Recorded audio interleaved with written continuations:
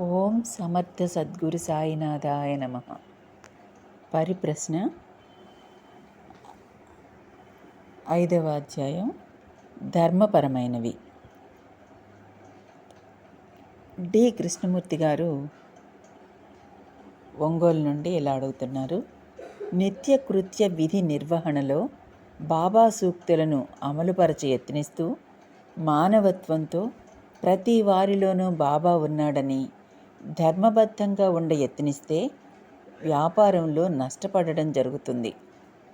వీటికి సమన్వయం ఎలా?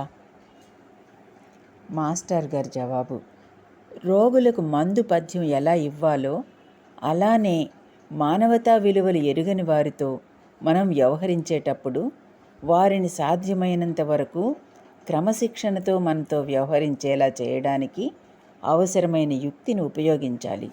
అయితే అది మనలో స్వార్థాన్ని కప్పిపుచ్చుకునే యత్నంగా మారకుండా సత్సంగం, స్వాధ్యాయ మననాలతో జాగ్రత్త తీసుకోవాలి.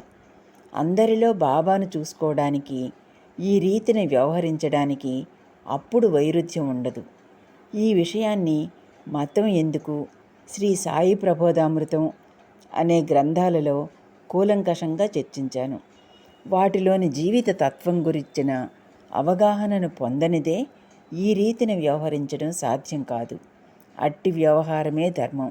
అందరిలోనూ బాబా ఉన్నారన్న భావం ఇద్దరి మధ్య స్నేహం లాంటిదైతే వారు చదరంగం ఆడడం లాంటిది వ్యవహారం లౌకికంగా ఇతరుల స్వార్థబుద్ధితో మనతో అధర్మంగా వ్యవహరించి మనకు నష్టం కలిగించకుండా చూసుకోవడం మాత్రమే మన లక్ష్యం అయినంతసేపు మనలోని ఆధ్యాత్మ భావం దెబ్బతినదు. భగవద్గీత సారాంశం అంతా ఇదే. రాజమ్మ గారు వల్లంపేట నుండి ఇలా అడుగుతున్నారు. బ్రాహ్మణులు భూసురులా? కార్తీక పురాణంలో బ్రాహ్మణుని గూర్చి భూసురుడని, దేవత అని వ్రాశారు. మరి బ్రహ్మజ్ఞునే బ్రాహ్మణుడని కొందరు చెబుతారు. ఏది నిజం? మాస్టర్ గారి జవాబు: ఆదిలో వర్ణ వ్యవస్థ ఆయా వ్యక్తుల గుణకర్మలను అనుసరించి వారి స్వభావాలకు తగిన వృత్తులను ఏర్పరచడానికి ఉద్భవించిందని మనుస్మృతి. పురాణాలలోని సృష్టి రచనాక్రమాన్ని చూస్తే తెలుస్తుంది. ఇందులో బ్రహ్మజ్ఞానం పొందిన వారే బ్రాహ్మణులు, కానీ మిగిలిన 3 వర్ణాల వారు ద్విజులే సుమా. ఇందులో సహజమైన ప్రీతితో అర్థయుక్తంగా వేదాలను అధ్యయనం చేసి లోకహితం కొరకు యజ్ఞయాగాదులను, తపస్సులను చేసే ప్రవృత్తి కలవారిని భూసురులు, విప్రులు అన్నారు. అట్టి వారికి విధించబడిన జీవిత విధానం చూస్తే తక్కిన సామాన్య మానవుల వలె లౌకిక సంపదల కోసం ఆశించరాదని తెలుస్తుంది. వారి తృప్తి, సంతోషము పరమాధికంగా ఉంటాయి కనుక మానసికంగా దేవతల స్థాయిలో జీవిస్తూ శారీరకంగా మాత్రమే ప్రకృతి సిద్ధమైన అవసరాలను తీర్చుకుంటారు. అంతేకాక దేవతలు సృష్టి యొక్క హితం కోసమే పనిచేసినట్లు వీరు కూడా చేస్తారు. కనుకనే వారిని భూసురులని అన్నారు. అట్టి గుణాలు లేని వారికి, అట్టి జీవిత విధానాలకు కట్టుబడిన వారికి ఆ పేరు వర్తించదని ధర్మశాస్త్ర గ్రంథాలు చూస్తే తెలుస్తుంది. బ్రహ్మజ్ఞానం పొందిన వారు విప్రుల కంటే అధికులు గనక వారు జన్మతః ఏ వర్గానికి చెందిన బ్రాహ్మణులే అవుతారని ఈ పత్రికలో వెలువడుతున్న ప్రామాణిక శ్లోకాలలో మీరు చూసే ఉంటారు. అట్టి వారెవరైనా గురుతుల్యులేనని శ్రీ ఆదిశంకరులు కూడా మానిషా పంచకంలో అంటారు. కేపీ రావు గారు మల్కాజ్గిరి నుండి ఇలా అడుగుతున్నారు. శ్రీ షిరిడి సాయిబాబా గారు రూపాయల కట్టలు కుమ్మరించినప్పుడు తత్పత్రికాధిపతులు పోషకుల కొరకు పాకులాడట ఎందుకు? ముందు తెలుగుదేశపు సత్యాన్వేషకులందరూ శాంతి అన్వేషణ సాగించవలసి ఉన్నది మహాశయ. మాస్టర్ గారి జవాబు: పత్రికలను కానీ సాహిత్యాన్ని కానీ చదివి ఆనందించగలగాలంటే ముందు సహృదయత కావాలి. ఒక వాక్యంలో నవరసాలు పోషించబడినప్పుడు ఏదో ఒక రూపం అందులో ఉన్నదని భ్రమించడం సహృదయత కాదు. అలాగే సాయిబాబా పత్రికలోని ఇతర శీర్షికలతో పాటే పైన మీరు తెలిపిన సాయిలీల కూడా ఉన్నదని మీరు గుర్తించాలి. మా సంపాదకీయాలు, ఇతర వ్యాసములు, మా గ్రంథములు. ఈ సంచికలోని గ్రంథ సమీక్ష చూసిన మీ ప్రశ్నలోని లోపం మీకు అర్థమవగలదు. జీవితంలో ఎప్పుడైనా అత్యవసరమైనప్పుడు ఎవరైనా సహృదయులు ఒక వ్యక్తికి సహకరించారంటే అర్థం వారి జీవితాంతం పొడుగునా కూర్చోపెట్టి మేపుతారని అర్థం కాదు. అలానే జీవితాంతం మేపారంటే అత్యవసరమైనప్పుడు సహకరించరు అని కాదు. ఇందులో ఏ ఒక్క మాటను మాత్రమే అంటిపెట్టుకోవడం విఘ్నత కాదు. ఆ కారణంగా రెండవ దానిని నిరాకరించడం మానవత్వం కాదు. భక్తులకు అత్యవసరమైనప్పుడు సాయి సహకరించే మాట వాస్తవం అన్నదానికి లక్షలాది నిదర్శనాలున్నాయి. ఆయన లీలలన్నీ మన విఘ్నత అనే కత్తిపేటకు లోకువా అనుకోవడం కూడా విఘ్నత కాదు. తల్లి అప్పుడప్పుడు బిడ్డను ముద్దాడినంత మాత్రాన జీవితాంతం తిండి తిప్పలకు యత్నించని అప్రయోజకుడిగా అతడిని ముద్దులతో ముంచెత్తుతుంటుందా అనడం విఘ్నత. మన అభిప్రాయాలకు కొలతబద్దలకు బందీలమై ఒక మూల భక్తులు చేస్తున్న కృషికి మెచ్చి ప్రోత్సాహంగా శ్రీగురుడు ప్రదర్శించిన లీలను విచారణ బోనెక్కించడంలో మన దురహంకారమే బోనెక్కుతుంది. ఎంతటి మేధావికైనా ఎవరి ప్రత్యక్షానుభవాన్ని ఏ మెట్ట వేదాంతపు సూత్రాల త్రాసులోనూ తూచే హక్కు జీవితం సృష్టి ఇవ్వవు. ఆ లీలలను ప్రదర్శించినంత మాత్రాన తక్కిన సద్ధర్మాన్వేషణాత్మకమైన వ్యాసాలను ప్రచురిస్తున్న సంగతి మరచి వేసిన ప్రశ్న ఇది. దేవుని గుర్చిన సత్యశోధను ప్రతి జీవి తనకు చేతనైన స్థాయిలో చేసి తమకు అవసరమైన అందిన సమాధానాలను పొందుతుంది. వారు పొందే సమాధానాలు వారికి సమాధానాలైతే చాలు, మనకు కానవసరం లేదు. ప్రతి ఒక్కరి అన్వేషణ మనకు నచ్చిన రీతినే సాగాలని, ప్రతి ఒక్కరికి లభించే సమాధానం మనకు అంగీకారయోగ్యంగా ఉండాలనడానికి మనమేమన్నా మానవజాతి అంతటికీ భగవంతుని తరఫున వకాల్తా పుచ్చుకున్నామా? ఇది ఆధునిక అహంకారం కాదా? మానవులందరము మన అన్వేషణ రీతులను ఫలితాలను సాటివారితో పంచుకోవడం మానవత్వం. అదే ఈ పత్రిక ద్వారా ఆ భక్తులు కూడా చేస్తున్నారని గుర్తించాలి. ఈ పత్రిక వ్యవస్థాపన వెనుక ఉండే మా దృక్పథమేమో శ్రీ సాయిబాబా జీవిత చరిత్ర, శ్రీ సాయి ప్రబోధామృతం, మతం ఎందుకు, పురుష సూక్త రహస్యం వంటి మా ప్రచురణలు చూస్తే తెలుస్తుంది. అవి చూస్తే మీరు ఈ ప్రశ్న వేయరు. ఏ సంస్థ ప్రచురించే ఏ విషయమైనా దాని మూల సిద్ధాంత పరిధిలోంచి చూస్తే కానీ సరిగా బోధపడే అవకాశం లేదు. లేకుంటే ఏ ఒక్క ప్రశ్నకు సంబంధించిన వివరమంతా ఒక వ్యాసంలోనో సంచికలోనో సమాధానంలోనో లభ్యం అవ్వజాలదని కొంచెం యోచిస్తే కానీ తెలియదు. ఒక వ్యక్తి పలికిన ఏ మాట కానీ చేసిన ఏ పని కానీ ఆ వ్యక్తి యొక్క తత్వం మొత్తాన్ని వారితో మనకు గల యావత్ పరిచయం దృష్ట్యా చూస్తే కానీ సరిగా అర్థం కాదు కదా. అలాగే ఇదేను. అయినా అడిగారు గనక ఒక్క మాట. వాస్తవానికి మాకందరికీ ఎప్పుడు క్లిష్టమైన పరిస్థితి ఏర్పడినా శ్రీ సాయి అలానే సహకరిస్తున్నారు. జీవితంలో ఆత్మీయులులాగా మిగిలినప్పుడు మా శక్తి సామర్థ్యాల మీద నడవనిస్తున్నారు. మరలా జీవితంలో మన ఆత్మీయులు చేసినట్లే కొందరు కోరకనే పత్రికకు సహకారం అందించబట్టే ఆరంభించగలిగాం. అందుకు అర్హులమవడానికి మా శాయశక్తిలా కృషి చేస్తున్నాం.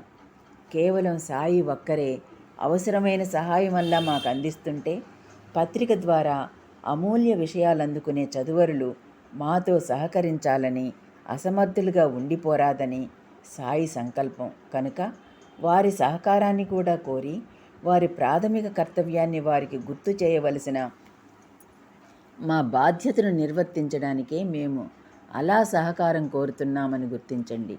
చదువరలలో శాంత్యాన్వేషణను పురికొల్పి సహకరించడానికి మేం చేస్తున్న కృషికి మీరు చేయవలసిన కర్తవ్యాన్ని కూడా గుర్తిస్తే సంతోషం. చక్రపాణి గారు మద్రాసు నుండి ఇలా అడుగుతున్నారు. మాకొక అర్జెంటైన ధర్మ సందేహం వచ్చింది. నేను నా స్నేహితులు సాయి సుప్రభాత్ క్యాసెట్లు తెప్పించుకున్నాం. మా దగ్గరికి ఎందరో వచ్చి మేము ఖాళీ క్యాసెట్లు తెచ్చుకొని మీ వద్ద ఉన్న సుప్రభాతం రికార్డ్ చేసుకుంటాము అంటున్నారు.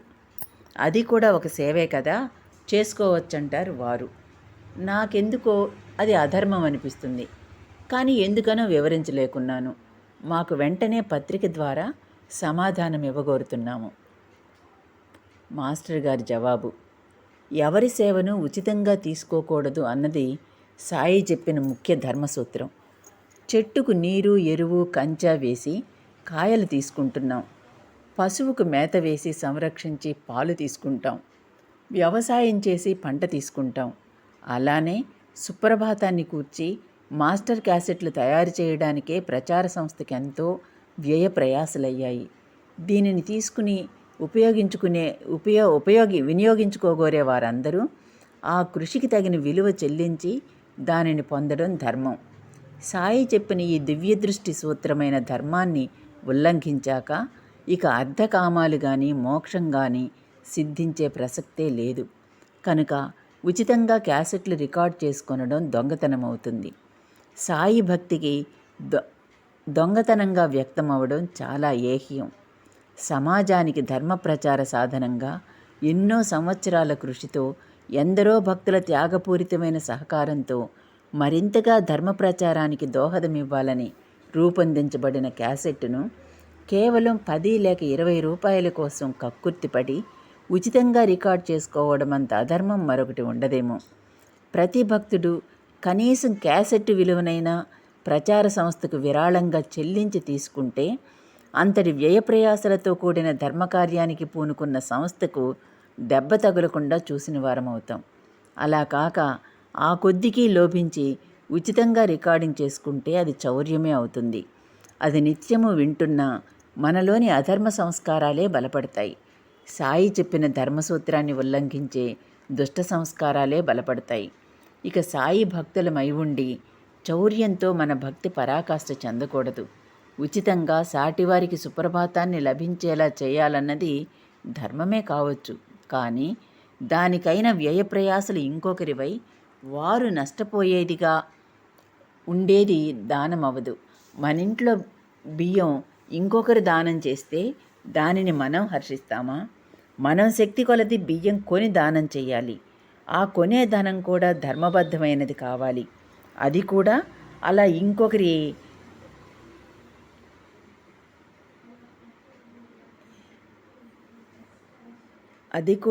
ఇంకొకరి జాబ్ కొట్టినదిగా కూడదు. అధర్మ ప్రవృత్తి గలవారి వద్ద దక్షిణ తీసుకోవడానికి సాయి ఎలా నిరాకరించారో చదివాం కదా. మనమందరము బాధగా విమర్శించుకున్నట్లు మనం కూడా సాయి భక్తి విద్రోహకరమైన చర్యగా, చౌర్యంగా మార్చడం వాంఛనీయం కాదు. ఇంత ఆలోచించాక ఇదివరకే ఈ పొరపాటు చేసిన వారు తమ పొరపాటును దిద్దుకోవచ్చు. వివిధ దేవతలకు మొక్కుకొని చెల్లించవలసినది చెల్లించని వారి వద్ద ఎంతకాలానికైనా సాయి అడిగి తీసుకునేవారు. అలా చెల్లించకుండా ఉండకూడదన్నారు. అదే మన ధర్మసూత్రం. ఒక వంక భిక్షువులకు భిక్ష వేస్తూ షిరిడీ యాత్రతో పాటు నిత్య జీవితంలో మోసాలకు, సినిమా, కాఫీ, టీల వంటి వాటికి, టేప్ రికార్డర్ వంటి వాటికి ఖర్చు చేస్తూ ఇలాంటి ధార్మికమైన విషయంలో ఇలాంటి కృపణత్వం అనగా కక్కుర్తి మన సాయి భక్తి, ధర్మచింతన, మన సద్వర్తన, సద్భావము ఎంతటివో తెలుపుతాయి. ఒక సోదరి విశాఖపట్నం నుండి ఇలా వ్రాస్తున్నారు: మీరు స్త్రీలకు పతి తర్వాతనే దైవం అన్నారు.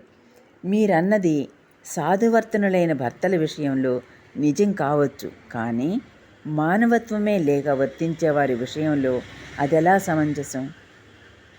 మాస్టర్ గారి జవాబు: పురుషుల విషయంలో కూడా ఒకసారి గురువుని తలచి ఆశ్రయించిన తర్వాత ఆ గురువును ఎట్టి పరిస్థితిలోనూ త్రిమూర్త్యాత్మకుడుగాను, పరబ్రహ్మగాను విశ్వసించి సేవించాలని ఆర్షాచారం. ఉపనిషత్తులలో ఎందరో గురువులు ఎంతో అమానుషంగా శిష్యులను బాధపెట్టినట్లు అయినా ధైర్యాన్ని విడువక వారిని నిశ్చల విశ్వాసంతో సేవించి కృతార్థులైన వారెందరి గురించో వర్ణించబడ్డది. అలాగాక ఆ గురువును విడిచిన వాడి ముఖం చూడకూడదన్న విషయం శ్రీ గురుచరిత్రలో చూడవచ్చు. అలానే దీపకుడనే శిష్యుణ్ణి కాశీలో కుష్ఠువ్యాధితో బాధపడుతున్న గురువు ఎంతో క్రూరంగా చిత్రహింసలు పెట్టినా చెల్లించక సేవించి కృతార్థుడైనట్లు చెప్పబడ్డది. అసలు జరిగేదేమంటే, భాగవతంలోని భిక్షుగీతలో చెప్పినట్లు మనకెవరి వల్ల ఏ కష్టం కలిగినా అది పూర్వ పాపకర్మ ఫలితమే. ఆ కష్టం అనుభవించవలసిన పాపకాలం వచ్చినప్పుడు ఏ విధంగానైనా అది తప్పదు. మంచి గురువుని ఆశ్రయించిన శిష్యుడి పాపకర్మ క్షయం కావడానికి మనను వారే అంతగానూ కష్టపెడతారు. వారు ఆ కర్మల ప్రాప్తికి నిమిత్తమాత్రులవుతారు. ఈ వివరం యోగి మిలారేపా చరిత్రలో చూడవచ్చు. ఆ స్థితిలో శిష్యుడు అచంచల విశ్వాసంతో సేవ చేయాలి. అలాంటి వారే కృతార్థులయ్యారు. అలాగాక ప్రారబ్ధవశాన అగ్నుడైన కపట గురువును ఆశ్రయించిన ఆ పాపకర్మ ఫలమే వారి వలన కలిగే బాధ రూపంలో అనుభవం అవుతుంది. అప్పుడు కృత్రిమంగా కాక సహజము అమాయకము అయిన విశ్వాసంతో సేవించగలిగిన వాడికి కొత్త దోషం సంక్రమించదు, కానీ కర్మ క్షయమవుతుంది. మీరు చెప్పినటువంటి దుష్టుడైన భర్త విషయము అంతే. అటు కపట గురువు దాపురించిన పురుషుడు కానీ, ఇటు దుష్టుడైన భర్త దాపురించిన స్త్రీ కానీ వారి పూర్వకర్మ ఫలంగానే అలాంటి వారి పాలిట పడతారు. సర్వకర్మ ఫల ప్రదాత అయిన భగవంతుడు సర్వగతుడు. వారి కర్మను అనుసరించి వారికి ఆ రూపంలో తారసిల్లి వారి కర్మఫలాన్ని వారికి అందజేస్తాడు. ఆ స్థితిలోనూ అచంచలమైన పాతివ్రత్యంతో విశ్వసించి సేవించగలిగిన స్త్రీలు బ్రహ్మజ్ఞానాన్ని పొందారు. ఇందుకు చివటం అమ్మగారు ఒక చక్కని ఉదాహరణ. ఇలా సేవించలేని వారైనా కనీసం నిర్లిప్తంగానైనా సహనంతో ఉండాలి, కానీ ద్వేషాన్ని వహిస్తే ఆ కర్మబంధం వలన మరుజన్మలో ప్రతీకారానికై మరలా ఆ వ్యక్తితోనే రుణం చేత బాధపడతారు. ఈ విధంగా చెన్నబసప్ప వీరభద్రప్ప కథ వలనే అవుతుంది వారి గతి. అందుకే సాయి సూక్తులలో ఇతరులు మనను బాధిస్తే మనం ఎలా ఉండాలో చెప్పిన వాటిని చూస్తే తెలుస్తుంది. పురాణాలలోని దుష్టులైన భర్తలను సేవించిన పతివ్రతలు కూడా ఉన్నతికొచ్చిన ఉపాఖ్యానాలు ఈ విషయాన్నే వివరిస్తాయి. భగవద్గీత యుద్ధం వంటిది కూడా. రాగద్వేషాది ద్వంద్వరహితంగా స్వధర్మంగా యుద్ధం చేయాలని చెబుతుంది. ఈ విషయంలో ఎన్నో లేఖల్లోనైనా వివరించలేనంతటి ఇతర అంశాలు ఎన్నో ఉన్నాయి. ఎప్పుడైనా అవకాశం వస్తే ముఖతః వివరంగా చర్చించవలసిందే. భార్య ఎంత గయ్యాళి అయినా శ్రీ రామానుజాచార్యులెంత ఓర్పుతో ఉన్నారో చూడండి. ఆమెకై ఆమె వెళ్ళిపోయినప్పుడు అది భగవత్ సందేశంగా తలచి ఆయన సన్యసించారు. ఇంకొంత వివరాన్ని శ్రీ సాయినాథ ప్రమోదామృతంలోనూ శ్రీ గురుచరిత్రలోని అనుబంధంలోనూ చూడండి. అలా విశ్వాన్ని భగవంతుడిగా దర్శించగలిగాడు భాగవతంలో వర్ణించబడిన అవధూత. అలా దర్శించలేని మనకది మాయాస్వరూపంగానే అనుభవమై మనలను సంసారంలో బంధిస్తున్నది. కష్టాలలోనూ సుఖాలలోనూ సములై సర్వత్రా భగవంతుడినే చూడగలగాలనే గీతాది గ్రంథాలన్నీ చెప్పేది.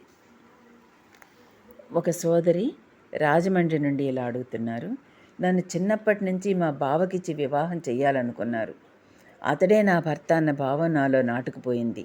కానీ కట్నానికి ఆశించి మా అత్త అతడికి మరో అమ్మాయినిచ్చి వివాహం చేసింది. ఎన్ని రోజులు గడిచినా నా భావం మారడం లేదు. ఆత్మహత్యకు ప్రయత్నించి విఫలమయ్యాను. నేను వివాహం చేసుకోకుండా జీవితాన్ని మాధవ సేవకు అంకితం చేయాలనుకుంటున్నాను. మీ సలహా కావాలి.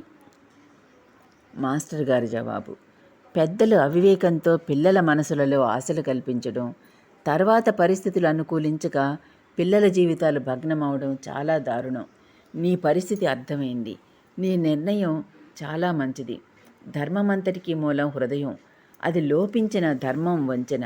భగవంతుడు ధర్మానికి నిలబడే ఆత్మస్థైర్యం నీకు ఇచ్చాడు, ఇస్తాడు.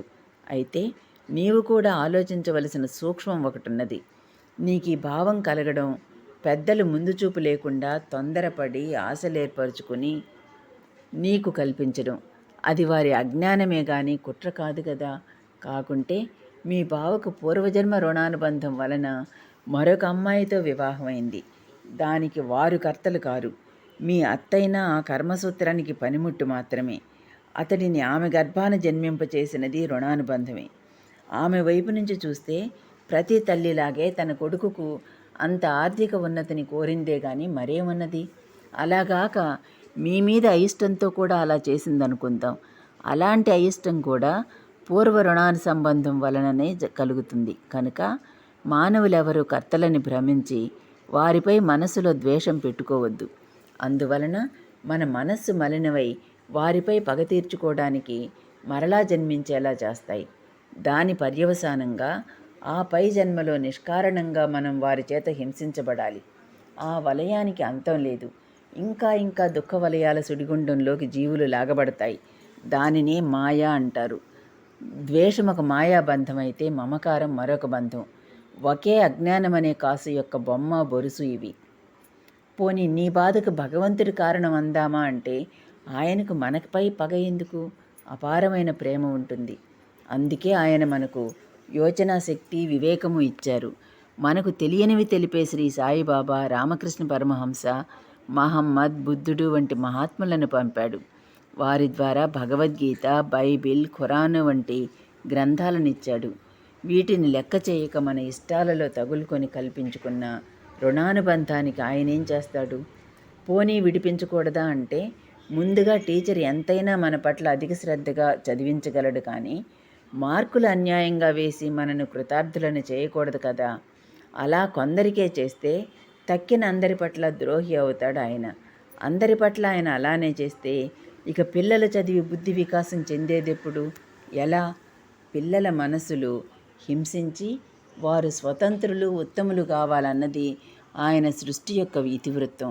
రుణానుబంధంగా అనివార్యంగా వచ్చే అనుభవాలను ఆశ నిరాశలు లేకుండా అంగీకరించి వాటిని సాధ్యమైనంత సమర్థవంతంగా మలచుకుంటుండడం, జీవిత సమాప్తిలోగా మన జ్ఞానాన్ని పెంపొందించుకుంటుండడం, పూర్ణమైన దుఃఖరాహిత్యాన్ని అంటే భగవద్ అనుగ్రహాన్ని పొందడం, ఇదే మన కర్తవ్యం. ఆత్మహత్య సమస్యను తీర్చదు.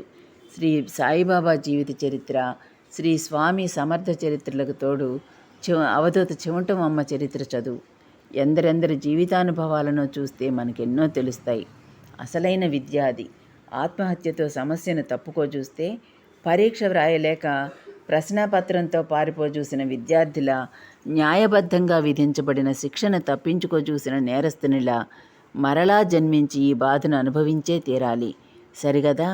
ఆత్మహత్య దోషానికి అదనంగా శిక్ష అనుభవించాలని ఆ మహనీయులు స్పష్టంగా చెప్పారు.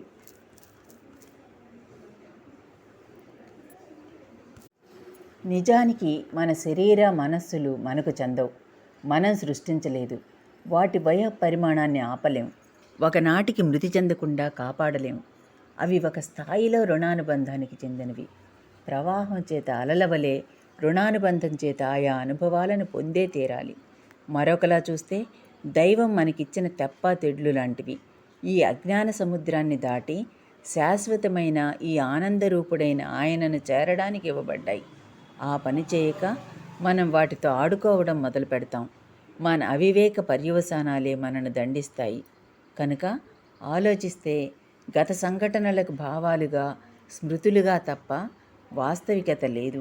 ఇకనైనా జ్ఞానంతో ఆలోచించి జ్ఞానాన్ని పెంపొందించుకో. కొంతకాలమయ్యాక ఆలోచించుకోవచ్చు. స్థిమితం చిక్కాక మరలా వ్రాయి. శ్రీమతి కమలా రామచందర్ గారు హైదరాబాద్ నుండి ఇలా అడుగుతున్నారు. పితృకర్మలు ఆచరించుకుంటే పితృదేవతలు శపిస్తారంటారు. జన్మ పరంపరలలో జీవి పరిభ్రమించేటప్పుడు ఇదెలా సాధ్యం?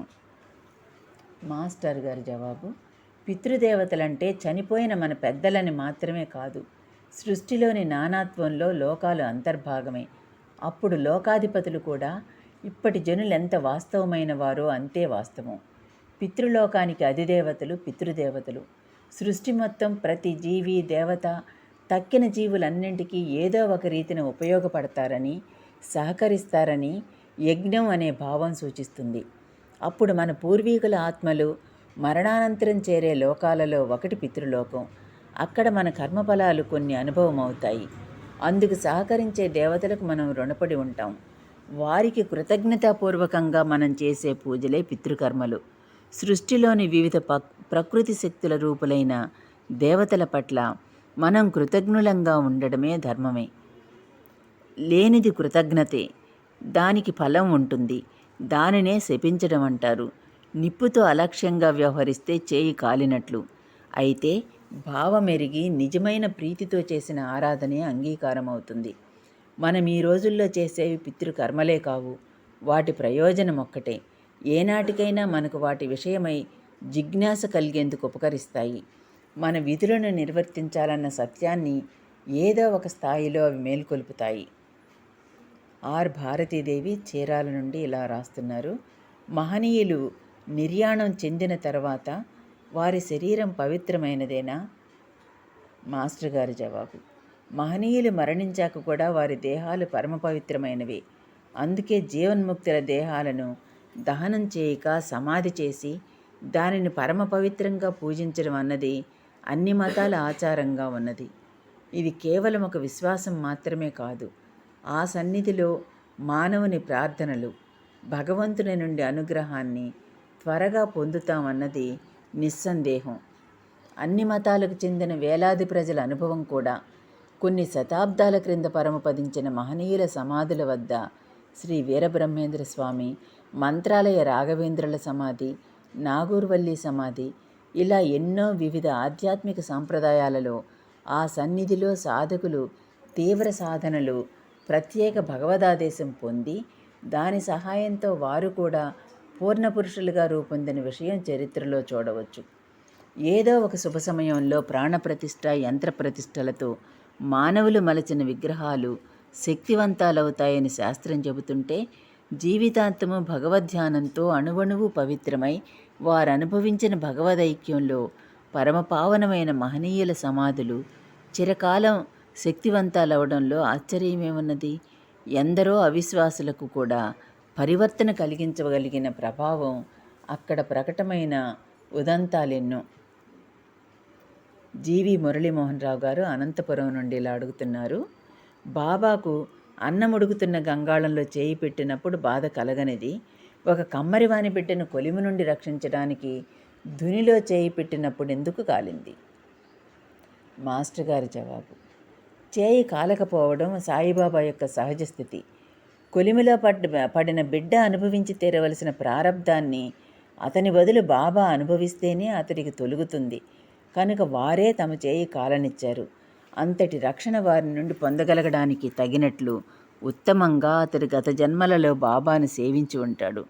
అలా సేవించిన వారి ప్రారబ్ధాన్ని కూడా తాము తొలగించగలమని మనకు తెలియడానికి కూడా బాబాలో జరుగునిచ్చారు. కాకుంటే ఎక్కడో నాగపూర్లోని తాజుద్దీన్ బాబా గారి కుటీరానికి అంటుకున్న నిప్పును సంకల్పమాత్రంతో ఆర్పగలిగిన బాబాకు మరొక గ్రామంలో కొలిమిని ఆర్పడం పెద్ద పని కాదు.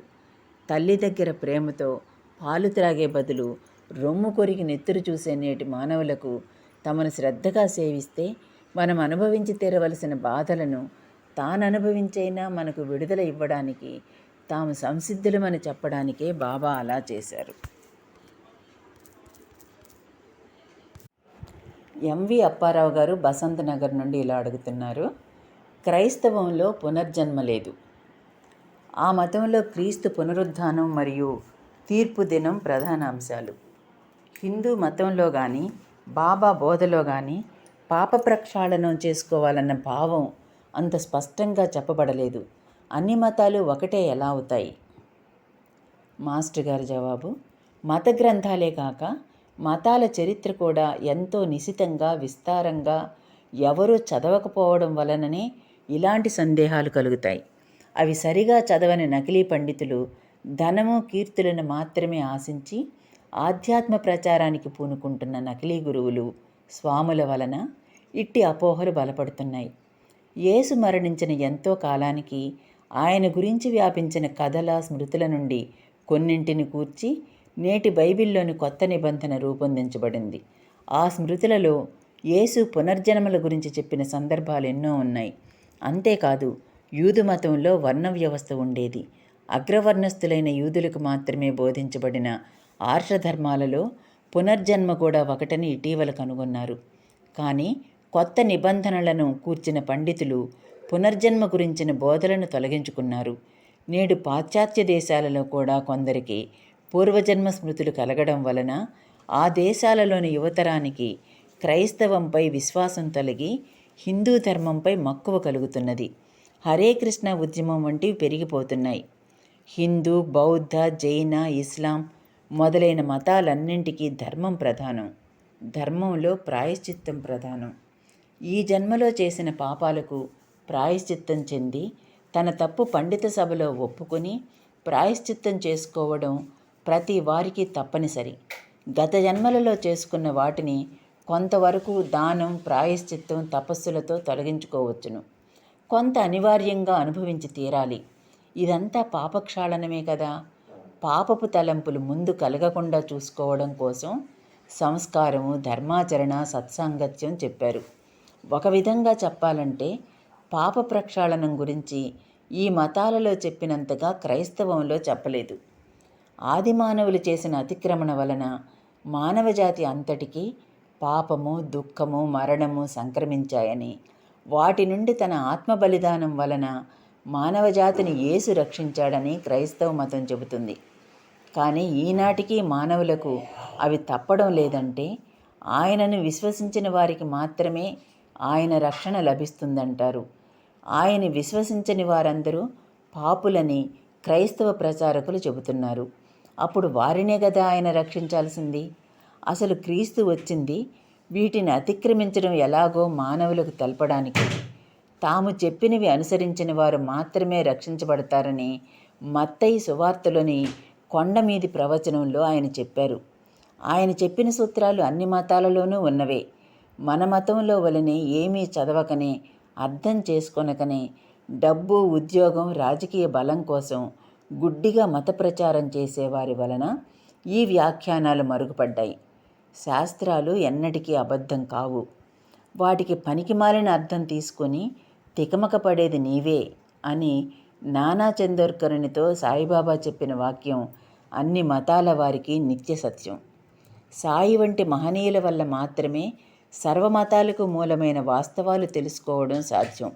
యేసు అట్టివాడే గనక తమ ద్వారా తెలుసుకోమని ఆయన చెప్పిన మాటకు తమ మౌఢ్యం, స్వార్థము జోడించి ఆర్థిక, రాజకీయ ప్రయోజనాల కోసం మత మౌఢ్యం ఇలా ప్రచారం చేస్తుంది. బైబిల్ కూలంకషంగా తెలిసిన వారిలో ప్రముఖుడని ప్రఖ్యాతి పొందిన అమెరికన్ పాల్ రెప్స్, నేను వ్రాసిన ఆంగ్ల సాయిబాబా జీవిత చరిత్ర చదివి మీరు వ్రాసిన బాబా చరిత్ర చదివితే తప్ప నాకు కానీ మరెవరికి కానీ యేసు జీవితంలోని బోధ అర్థం కాదు అని వ్రాశాడు.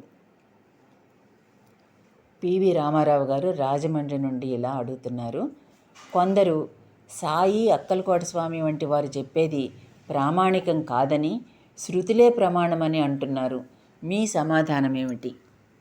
మాస్టర్ గారి జవాబు: నీ మిత్రులకు శృతులే ప్రమాణం అన్నావు. అది నిజమైతే భగవద్గీతలో కృష్ణుడు పరమభక్తునికి తనకు భేదం లేదన్నాడు. జ్ఞాని సాక్షాత్తు తానేనన్నాడు. అప్పుడు పూర్ణజ్ఞాని, పూర్ణ భక్తుడు భగవత్ స్వరూపులేనని శ్రీకృష్ణుడు చెప్పినట్లే అట్టి వారిని సేవించి పరిప్రశ్న చేసి శరణు పొంది జ్ఞానాన్ని పొందమన్నాడు. కృష్ణుడు ప్రమాణమైతే ఆయన చెప్పినది ప్రమాణమే. ఆ భావాన్నే గురువు త్రిమూర్తి స్వరూపి అని, పరబ్రహ్మ స్వరూపి అని శాస్త్రాలు చెప్పాయి. అందుకే శ్రీకృష్ణుడు సాందీపని మహర్షిని ఆశ్రయించేటప్పుడు ఆయన పేరు వేదాలలో ఉన్నదా లేదా అని కానీ, ఆయన గురించి పురాణం ఉన్నదా అని కానీ అడగలేదు. రాముడు కూడా వశిష్ఠ, విశ్వామిత్రుల గురించి అట్టి విచికిత్స చేయకనే ఆశ్రయించాడు. మరే మహర్షులు తమ గురువుల గురించి అట్టి విచికిత్స చేసినట్లు చూడం. అప్పుడు ఈ మీమాంస మన ఇష్టాయిష్టాలకు సంబంధించిందే కానీ ప్రామాణికం కాదు. ధర్మానికి, ఆధ్యాత్మికతకు మన ఇష్టాయిష్టాలు ప్రమాణాలు కాజాలవు. శాస్త్ర విధిని విడిచి నడుచుకున్న వాడికి సిద్ధి కలగదని శ్రీకృష్ణుని శాసనం. ఇక శృతి అయిన తైత్తరీయోపనిషత్తులోని నారాయణ ప్రశ్నలోని 80 అనువాకం జీవన్ముక్తిని దేహము చేష్టలే మహాయజ్ఞమని ఘంటాపదంగా ఇలా చెబుతున్నది. మొదలు యతైర్వై అనే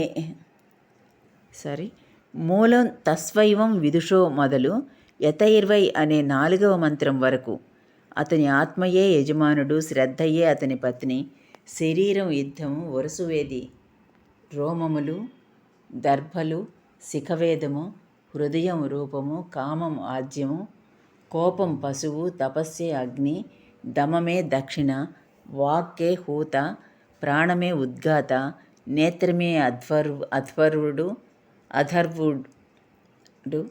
శ్రోత్రము అగ్నిధ్రుడు. అతడు భుజించని సమయమే దీక్ష, భుజించుట హవిస్సు, జలపానమే సోమపానం, క్రీడ ఉపసదిష్టలు, తిరగడం, కూర్చొనడం, నిలుచొనడం ప్రపర్యం, ముఖం ఆహవనీయాగ్ని, మాట్లాడుట ఆహుతి, విజ్ఞానమే హోమం, సాయం ప్రాతకాల భోజనం సమిధలు. శృతి వేరొక చోట ఈ యజ్ఞాంగాలను పరమాత్మ రూపంగా వర్ణించింది. అలాంటి జీవన్ముక్తుడు భగవంతుడన్నమాట. యజ్ఞవరాహమూర్తిని యజ్ఞస్వరూపంగా వర్ణించిన పురాణ వచనాలు కూడా దీనినే సూచిస్తున్నాయి. యజ్ఞోవై విష్ణు అని మంత్రం. అందుకే విష్ణు సహస్రనామంలో పరమాత్మ యజ్ఞంగా వర్ణించబడడం గమనార్హం. ఇదంతా ప్రమాణం కాదనుకుంటే అసలు ప్రమాణమే లేదు. శ్రీ శంకర భగవత్పాదులు మొదలైన ప్రాచీన సాంప్రదాయ ప్రవర్తకులు కూడా గురు ప్రార్థనతో తమ గ్రంథాలు ఆరంభించడం గమనించాలి. అంతేకాదు, ఆత్మజ్ఞానం పొందిన వారెవరైనా తమకు గురుతుల్యులేనని కూడా శంకరులు అన్నారు. అలానే ఇతర సాంప్రదాయ ప్రవర్తకులందరూ గురుభక్తి ప్రధానులు. ఇక దానిని కాదనడానికి మనం ఎంతవారము? తద్విద్ధి ప్రణిపాతేన పరిప్రశ్నేన సేవయా ఉపదేక్ష్యంతి తే జ్ఞానం జ్ఞానినస్తత్వదర్శినః. 5వ అధ్యాయం సమాప్తం. ఓం సాయిరామ్.